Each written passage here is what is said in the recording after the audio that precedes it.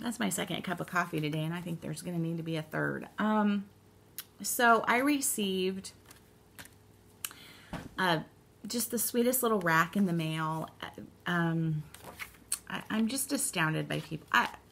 Yeah, I say this every time, but anyway, I happen to be watching Pam, Stitching Between the Lines, and I have just gotten to know Pam, I think, just a little bit, just about as well as you can when you just email back and forth with somebody.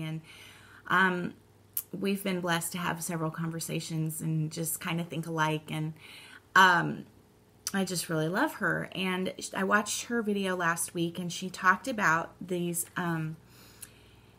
Camp and Craft Open Road Abode charts that she had come across. And she actually stitched this one with the truck and the little trailer and the little bunny. And she is a very prolific stitcher and quilter. And I mean, every time she does a video, she's got 6 things done and 5 more in the works. And she mentioned in her video that she was gifting several of these to people just because she thought they were cool and just something that she wanted to do. And this struck me. I loved everything about it. I loved the one that she had finished. I think she showed some of the other little charts. There are 4 charts in this series, and I loved it, and I commented that I loved it. And I can't remember if she commented back or if she emailed me and said, don't go buy it. I know you, don't go buy it. So the very next day, guess what I got in the mail from Pam? So Pam sent Camp and Craft Cross-Stitch Patterns by Open Road Abode Needleworks. And it's this, and it's all 4 charts. So it's the little truck and the trailer, the camper and the moose, the bear and the cabin, and the little camper. And growing up, we had a camper just like this. And it has a flamingo. I just noticed that. Oh my gosh, I just noticed the flamingo here. But growing up, we had a camper just like this, and we camped just about every weekend in our little camper that looked almost just exactly like this. The one that I fell in love with was the bear and the little cabin and the little moon, and I just thought it was so cute. So I couldn't wait, and on Saturday night, we were watching some movie. I can't even remember what movie we were watching, and I went and pulled some fabric from my stash and some floss from my stash and got just a tiny start on Open Road Abode, the little cabin with the bear. And I'm doing this with, I think this is Carrie's Creations Polar Bear is this floss, 2/2, and this was just a piece of scrap fabric that I had that I thought was really pretty. And so, yeah, I want to do all 4 of those. I would like to gift some of those. The charts are super cute. I love it. So Pam, thank you so much. I just can't even. I can't even. Okay, then something I forgot to show you last time. When I had that huge giant haul from Julie's after market, when I was, I was so good about just pre-ordering one thing for market, and then, sorry, I got a phone call, and it was odd. It came through on my iPad, and just interrupted filming entirely. Anyway, Julie came back from market and showed everything that she had brought back from market and the things that she thought were really cool. One of the things that she showed was, again, Plum Street Samplers, the Milk and Cream Company. And it looks like this, and you've all seen it. And it's just the cutest thing. The cow. I love the cow. I love the quilty aspects of this. And I have actually done a quilt very similar to the little quilty look of the cow. But I love the babushka and all the people or all the cows and the barn, everything about it. So I have actually been working on this quite a bit, and I have a pretty good, I'm actually pretty far along on this, guys. This is stitched on a piece of fabric that Julie picked out that reminds me of fresh churned butter. It's just got a little bit of a yellow tint to it. But here is the Milk and Cream Company. And I am super pleased with this. I love it. I love that cow, her soulful eyes. I love the little babushka. I love her skirt.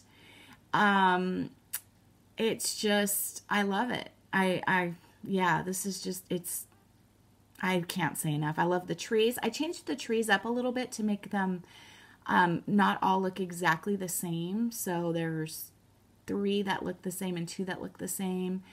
I did also change up the colors in the barn because I wanted a little bit more variegation to make it look a little older and kind of more worn. But other than that, my colors are pretty much what are called for. There are several mistakes in here, and yeah, I just kind of went with it. So anyway, Milk and Cream Company, kind of hoping to be done with that here quickly, and in the next few days. That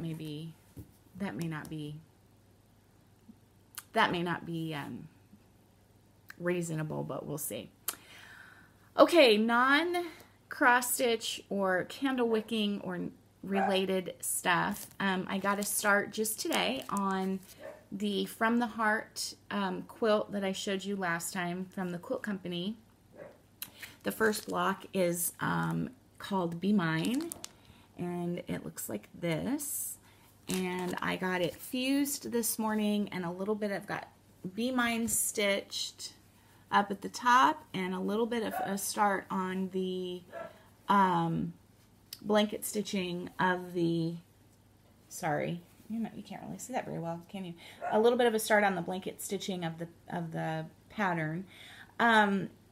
You could either, the instructions called for either machine blanket stitch or hand blanket stitch, and I just decided I haven't done hand blanket stitch in years, and I wanted to just kind of do it. So it'll go quickly. I mean, I'll have this finished today, and then I'll be able to get the next block worked on. And so yeah, so I'm happy with that. I really, really like it.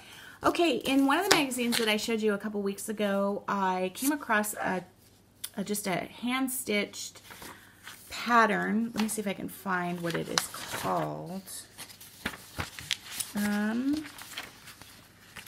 This is from, I don't have the magazine here in front of me. I have it upstairs. This is from Simply Vintage Quilt Magazine, I believe is the name of the magazine. And I don't see what the name of the pattern is or who the designer is, unfortunately, and what I have here. But if anybody wants to know, let me know and I will find it.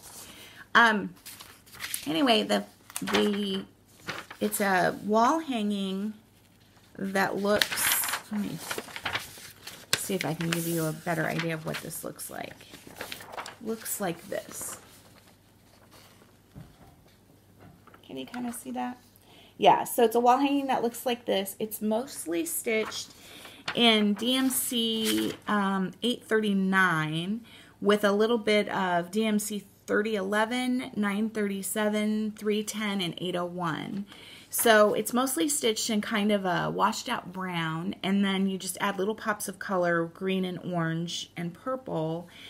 And I fell in love with this, and I decided I wanted to do it. I had a piece of muslin that I could use, and so I traced it up using my light tracer. I can't think of what that's called at the moment, and got a start on it, and I love this. It's so cute. So here's my start. I'm gonna have to stand up and back way up.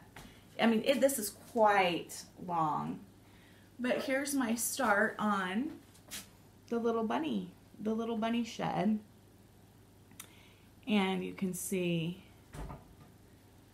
kind of what it looks like. Yeah, I think this is really cute. So this will be a long-term project. I can do this kind of stitching without using my little cheaters, and I can do this kind of stitching places that, you know, it's just not as intense as cross stitch or needlepoint, and so I can work on that, you know, just kind of here and there, and it'll probably take me through the summer at least to finish it, but you know, that's okay, no hurry.